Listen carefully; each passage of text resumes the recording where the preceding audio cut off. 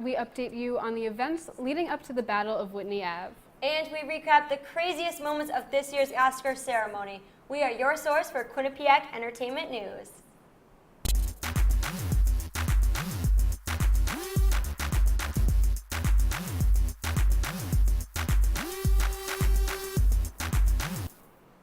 Welcome to this week's episode of Hashtag That. I'm Carrie Golden. And I'm Alex Taglieri. Let's start by recapping the events the students went to this weekend.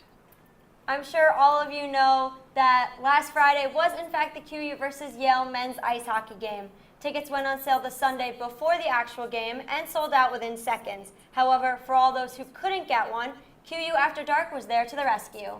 QU After Dark set up a live stream in the Piazza where students could watch the game and enjoy food including Ray and Mike sandwiches, chicken wings, and mini melts. In addition to the food, they also had a raffle with trivia and prizes such as a signed hockey stick. The Student Programming Board prepped students for the Yale game by hosting a Spirit Week filled with events meant to build school pride. Wednesday night was the Quinnipiac-themed paint night, where students could make their own version of the Arnold Bernard Library. An instructor gave step-by-step instructions to ensure that every student can paint a masterpiece. And on Thursday, SPB hosted Slapshot Snapshot outside of the Student Center. Boomer the Bobcat took pictures with students, and the organization gave out free merchandise and cupcakes. There was certainly no shortage of spirit when the week culminated with the annual Yale hockey game. Quinnipiac swept Yale in this year's Battle of Whitney Ave, but how well did the two schools perform off the ice? Kirby Polson and Kayla Heavey tested food from Hamden and New Haven and decided what town is the winner. Guys? Thanks guys, it's Kayla. I'm here with Kirby and we're going to be testing some Hamden versus New Haven food. So let's see what we got. Guess we'll start on this side, huh? All right, this looks good. This comes from, it doesn't. This comes from Yorkside Pizza in New Haven. It's right next to Toad's for those of you who I'm sure have been there. Probably. Could definitely use a little pizza with this grease. Yeah, but, it's very greasy, but it kind of looks good. Yeah. Ready? We differ in opinion.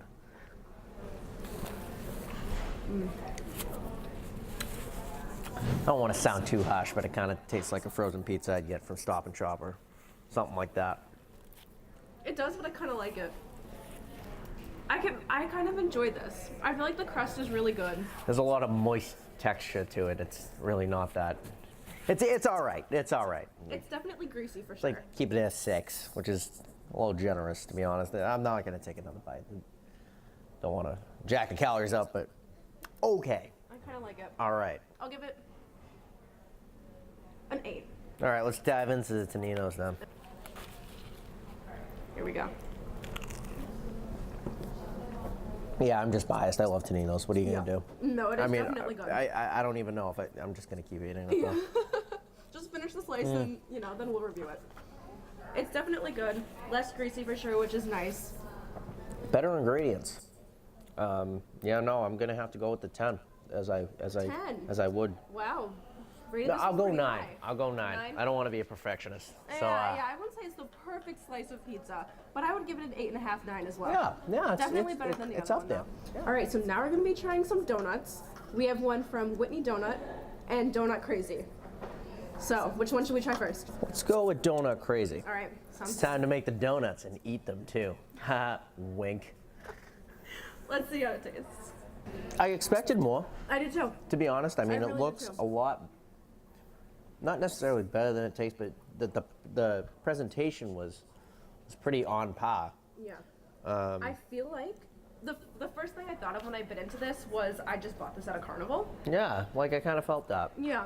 That kind of weird fruity taste that comes with it. Yeah. Yeah. Not bad. Yeah, it's not awful, but I have been to Donut Crazy before, and I've definitely had better than this one. It's definitely. I mean, their specialty donuts are pretty on point, but in Yeah. terms of this, 7-ish. Yeah. I would even give it a 6. Yeah, middle of the road. I don't know about that one. Yeah. So let's try Whitney Donut now. No, let's do it. Yeah, that's just a good donut. Like, Oh, I like this one. This one's better, I think. significantly. Yeah. 8.5. Oh, easily. Yeah. If not like a 9. Yeah. No, we're That not one's good. perfectionists, as we learned last time. Exactly. We don't throw tons out. So I think it's pretty clear that Hamden's the winner here. Yeah, overall, I think with what we taste tested today, Hamden's for sure the winner. Looks like Quinnipiac over Yale on this one off the ice too. Yeah, right? So go QU. You won yet again. But that is all we have. I hope you enjoyed us taste testing some food. Thank you for coming on, Kirby. Absolutely. I enjoyed it just as much as they're going to enjoy it. Yeah, right. So definitely try some of these foods, and back to you guys at the desk.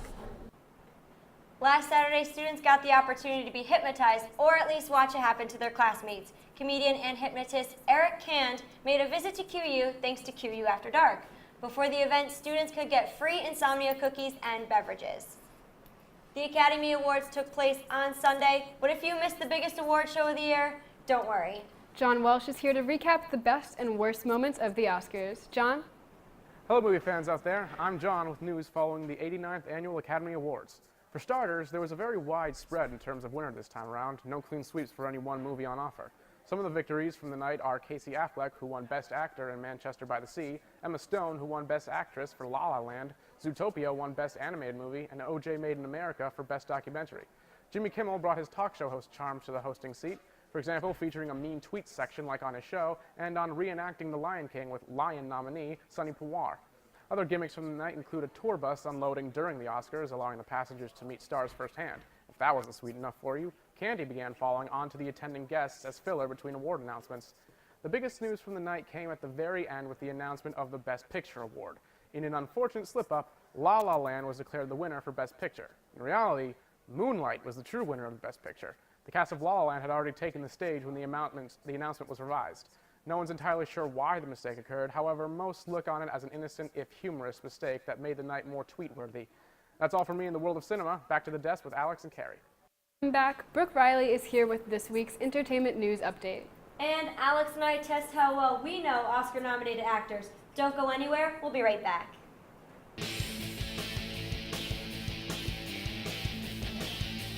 Rico?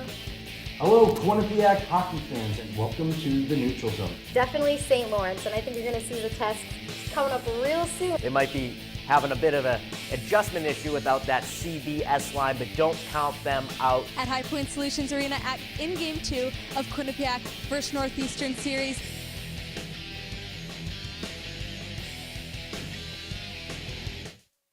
It's 9:30 Eastern, and you know what that means. Sports Pause is on the air.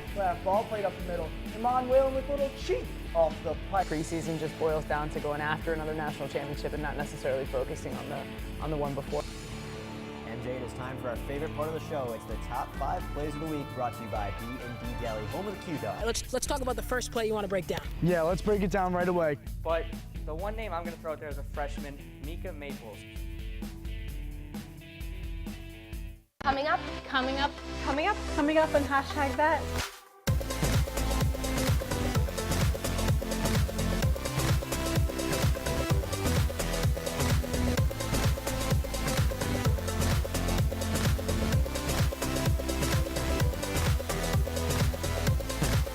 We are your source for Quinnipiac's entertainment news.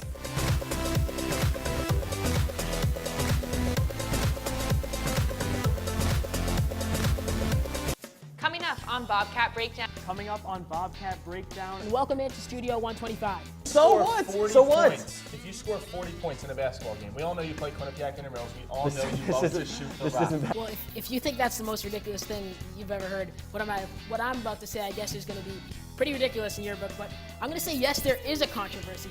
Line, getting ready to punch the ball as it lands right in front of another Monmouth player.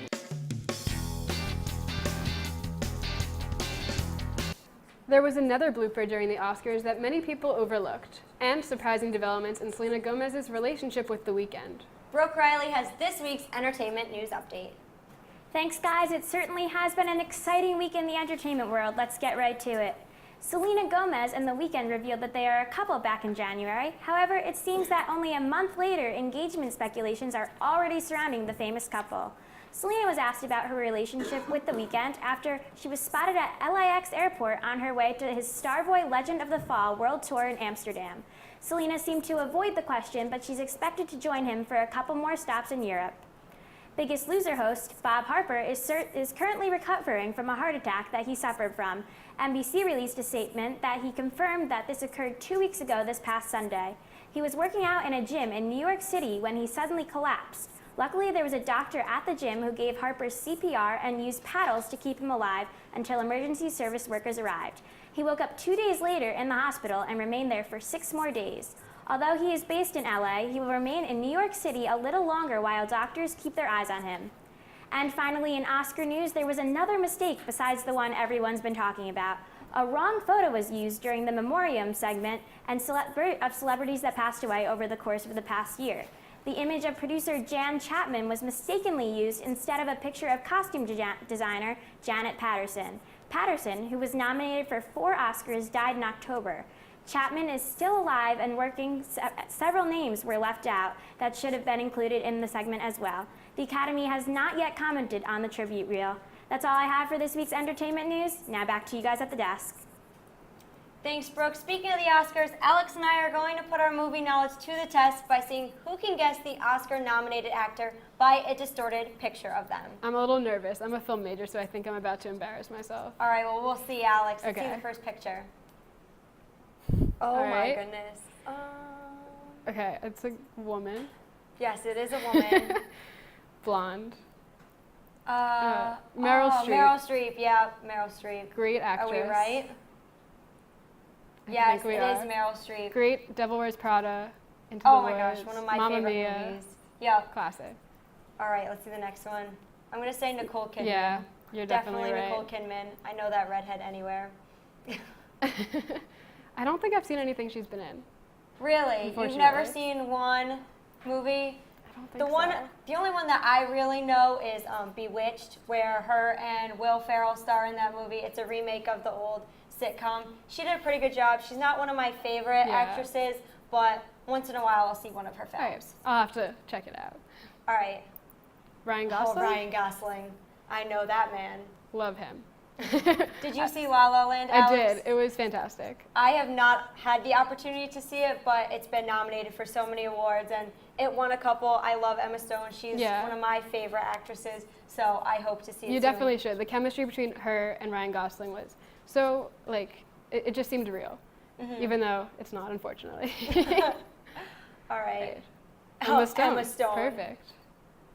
Speaking of La La Land, Yeah, she's perfect. she is. I love her. I was actually, for my 18th birthday, I wanted to see her on Broadway, actually, in the remake of Cabaret. So I was highly disappointed when I didn't get to see it, but she, I think, is a phenomenal actress, phenomenal really is. singer. She's one of my favorites. Yeah. All right. Last one. Denzel Washington, right? Is that what you think?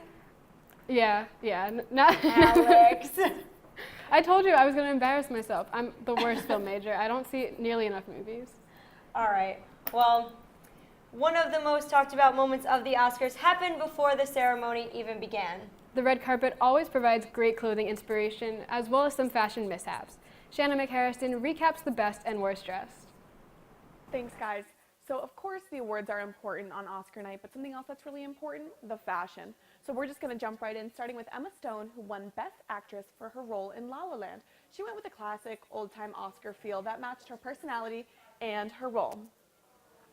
Now, Dakota Johnson, she looks like she stole Sandra Bullock's look in The Proposal. Here's a picture. I mean, I saw this. I did not love it. She gets one of my worst dressed. Dakota, you can be conservative without having to go with a look like that.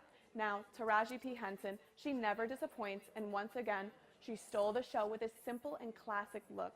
The necklace and hair went seamlessly with the look, and she made her mark as one of the best dressed of the night. She was able to look timeless, yet still Oscar ready. Now, Scarlett Johansson, I love you, but this seemed way too casual for such an event. I thought this was a safe choice.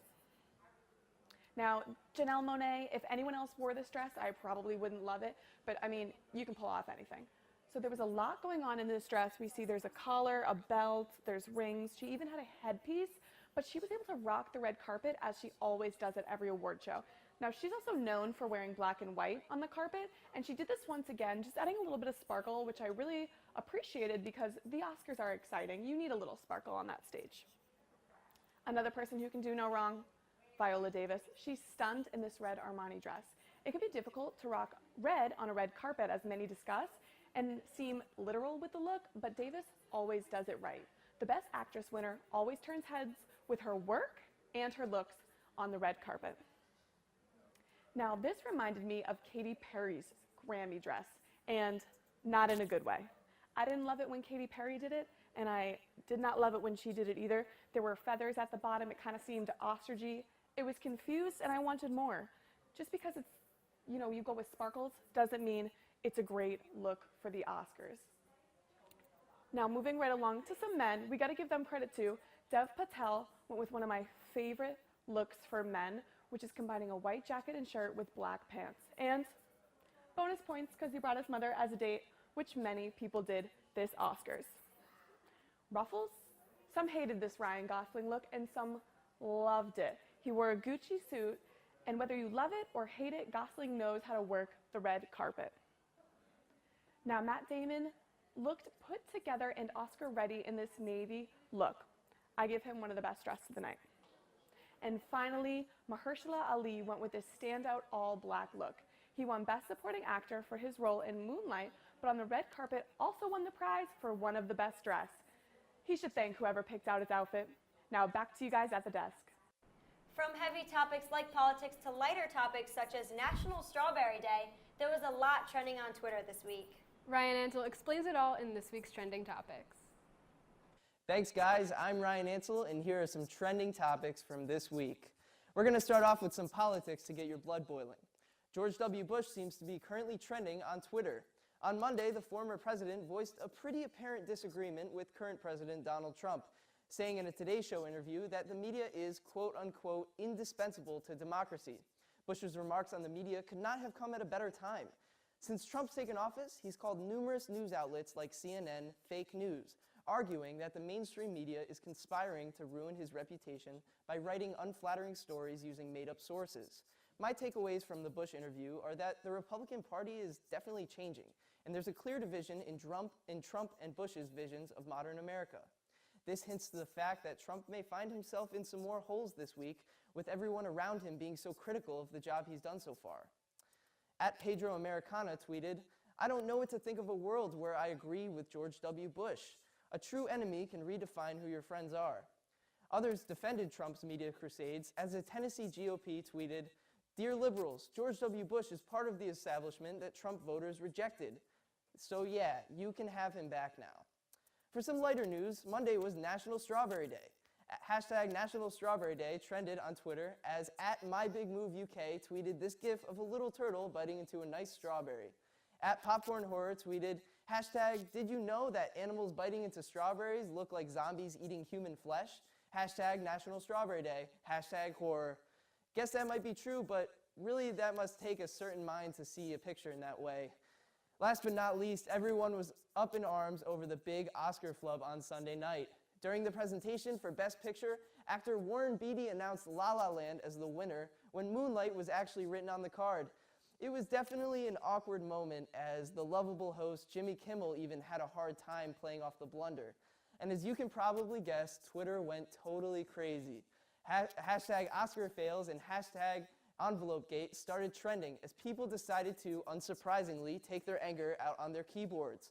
@Zach818 tweeted, "Can't understand why people even watch the Oscars. Bunch of rich people patting themselves on the back for 3 hours. Google the winners." Some even used the mistake as an opportunity to make a political statement. Hashtag Oscars fail. That's what you get for bashing our president all night. All caps, losers, says Sebastian Lear. While @InfoCoolGuru tweeted, "These libs can't even keep envelopes straight, but want to lecture us about politics?" This isn't the first time there's been a mess-up like this on an awards show, as you can probably remember the Steve Harvey incident during Miss America back in 2015. Of course, Harvey himself felt obliged to tweet about this, tweeting, "Call me Warren Beatty, I can help you. Get through this." The Miss America Twitter also had some fun tweeting, "Have your people call our people, we know what to do." That's all for trending topics this week. I'm Ryan Ansel, back to you guys in the studio. When we come back, Carrie and I debate the biggest topics on campus. What do we think about the Waker the Giant performer, and is the new logo an improvement over the last one? All this and more after the break.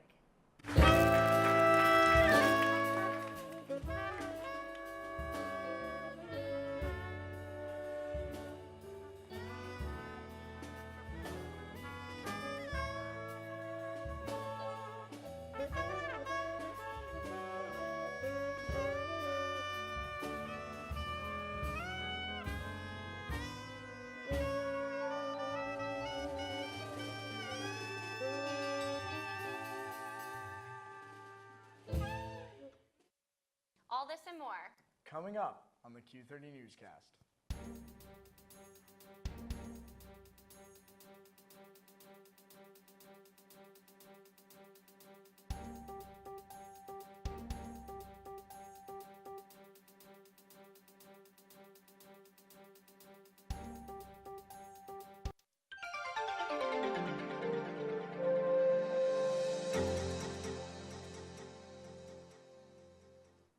For this week's debates, we're talking about controversies on our own campus, from shuttles to the new logo. Let's get started. The Student Programming Board announced this year's Wake the Giant performance during the Yale game on Saturday, revealing that the DJ Tiesto would be this year's spring artist. The electronic artist is very different from the performers in past years, such as Fetty Wap and Jason Derulo, which led to mixed reactions from students. We asked students what they thought about Tiesto coming to Quinnipiac. Let's see what they had to say. I think it's cool. I think this is the kind of spring show or spring concert that we needed. The only thing is Tiesto's kind of old. We're super excited. Yeah. Yeah. I think it'll be fun. I don't know who he is. I don't know who that is, so. Yeah, I don't know. Everyone's excited. I've never listened to his music, but I'm sure it's going to be great. It'll be good. Fetty Wap was good, so this is another big guy. All right, Carrie, you can go first. What do you think of Tiesto as the performer? Well, I've never been to Wake the Giant, so as a freshman, I'm just excited for the concert in general. I don't really know Tiesto that well, but it could have been anybody, and I'd still be excited just because I've never been to Wake the Giant. But my roommate, in fact, actually, her dad is head of public safety, and he's the fire marshal. And so once it was finally revealed to everyone who it was, since he knew a long time ago, we kind of asked him a little bit about what was going to be going on at Wake the Giant, and he filled us in on some of the stuff. Apparently, there might be some confetti, some strobe lights, and different things going on just because everything had to be approved through him. So I'm really looking forward to Tiesto coming to Quinnipiac. Yeah, I think he's going to do a good job, no doubt about that, and it will be very exciting. But I'm just not as excited as I was about Tiesto as I was about Fetty Wap last year. I went last year, I loved it. It was really great to hear songs that I've been listening to all year be played for the whole school. But I just don't know Tiesto that well. I only know one, maybe two songs by him. And I don't think I'd pay money for it. You do have to pay about $20, at least it was last year. And I don't think I'd want to pay money to hear someone that I don't know that well. But I think it'll still be great. Yeah, me too. So up until last year, QU students have had the opportunity to take the shuttles into Hamden. The town of Hamden and the university had some unsolved problems, which resulted in the termination of shuttles going to Hamden. Recently, President Leahy gave the town of Hamden $1.4 million to allow for students to go back to the stores in the town rather than always having to go to New Haven. New Haven features stores such as Walmart, Apple, Urban Outfitters, and J. Crew. Hamden, on the other hand, offers Kohl's, TJ Maxx, Bed Bath & Beyond, and Old Navy. Let's see what students have to say about the new shuttle routes. Probably North Haven. I've never been to the Hamden one, just North Haven. Probably Hamden because it's closer. I guess you could say North Haven's nice and all, which it is really nice, but Hamden's nice too. So, and also it's closer for the shuttles to run back and forth. So probably Hamden, yeah. Probably Hamden because there are a lot more places to get things, and I think we go there way more than we go to North Haven, right? Yeah, I've never shuttled to Hamden, but I have to North Haven because it's so much closer, so it'd probably be easier to shuttle to Hamden. All right, Alex, so what do you think about the new shuttle routes? I'm all for it. I wasn't here when the shuttles did go to Hamden, but I think it'll be so much more efficient. It's closer than it is to North Haven or New Haven. There's plenty of shops. There's Panera, which I love. I would go every day if I could. Yeah, same. There's ShopRite. There's the Walmart over there. So I think it has everything you need. And it'll really help because it'll give us better relationships with the town. I think it's going to be a win-win for everyone. Yeah, I totally agree with you, Alex. There's definitely more stores, so everyone's not just like, oh, there's nothing new at Target or there's nothing new at Urban Outfitters.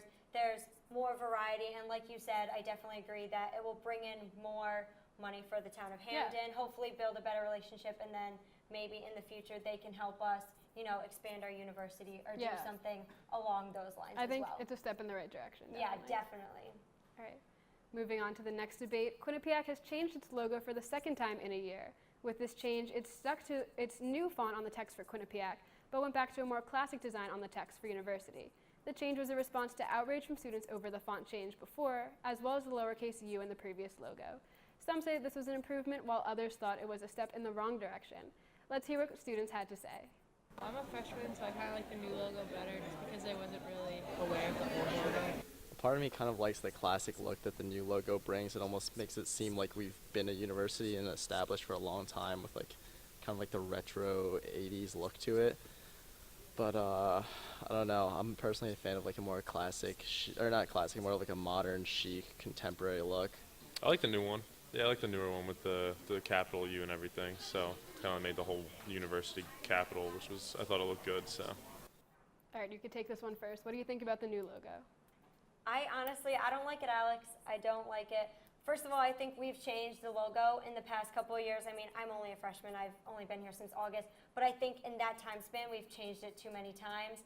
So I just don't think that the font is cohesive with the rest of, the Quinnipiac looks one way and then University looks like the other. So I think it's Quinnipiac University. It should all look the same. I mean, I know a lot of students didn't like the lowercase u, but I think just the way we've changed it so many times is a little bit ridiculous. Yeah, it kind of gives you whiplash, all the changes. Yeah, exactly. It's hard to keep up with. But I know, especially as a tour guide, I don't know what the right logo is, and I always want to make sure I have the right kind of Quinnipiac gear on when I give my tours to everyone. And if we keep changing things, it makes it hard to, keep everyone up to date on the university. Yeah, I mean, I like it.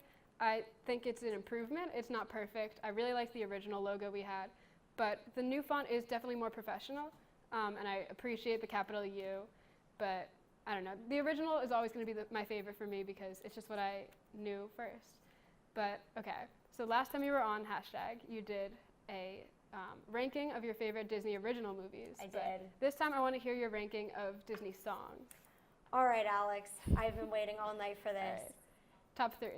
All right, my top 3 songs. So number 3, I chose "I'll Make a Man Out of You" from Mulan. Yeah. I think that, well, first of all, Mulan is one of my favorite movies. Came out the year I was born. But I think the song is very empowering. It's also really catchy. It's one of those ones I know all the words to. I It gets stuck in your love head, singing it. definitely. Yeah, it gets really stuck in your head. And before the show, you saw I was singing it, and I have to do all the karate moves along with it. So it's one of my favorites. I could not put it in my top. Very high 3. energy. Yes. Love it. Good Exactly. pick. All right, you ready for my number 2? I'm ready. I chose "Friend Like Me" from the classic Disney movie Aladdin. Yep. Love, love, love this song. It was also my brother's favorite song growing up too, so we share that in common. Very nice. It's very catchy and upbeat. There's great instrumentals, so you can picture the entire orchestra in the song while it's going on. I love the genie. Robin Williams did a fantastic job as the genie. It's just such a catchy song, and when you watch the movie, there's so much going on while the song is playing that it's just hard not to love, in my opinion. Yeah, I definitely agree with that pick. Aladdin is one of my favorites, and I really want to see it on Broadway because I heard they do that song really well. So hopefully we can go and maybe, Alex. All right, so my top song is "When You Wish Upon a Star" from Pinocchio. Couldn't not pick that. So I think this is my number 1 song because it's the basis for what all Disney creations are built on. It's basically, the meaning is believing in the unbelievable and making dreams come true and living in your own fantasy land. So this song actually makes me tear up every single time I hear it in the park. So I just love this song. It's a timeless classic, and it really is the basis for everything. Yeah, it's Disney. like the theme song for Disney. It is. It really is. So you know what Carrie's favorite Disney song is, and it's a great pick. But what songs would Q30 members pick as their favorite? Let's see what they had to say in this week's selfie video.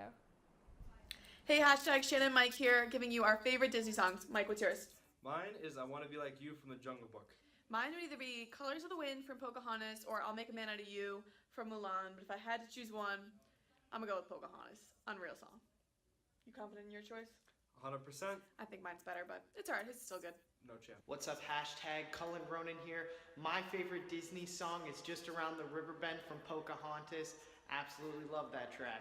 My favorite Disney song is "Son of Man" from Tarzan. Hey, Hashtag, it's Brooke. I think my favorite Disney song of all time is "Part of Your World" from The Little Mermaid. It's a classic song, brings back a lot of memories from when I was young, and it's just an all-around really good song. Hey, Hashtag, it's Marissa, and my favorite Disney song is "Beauty and the Beast."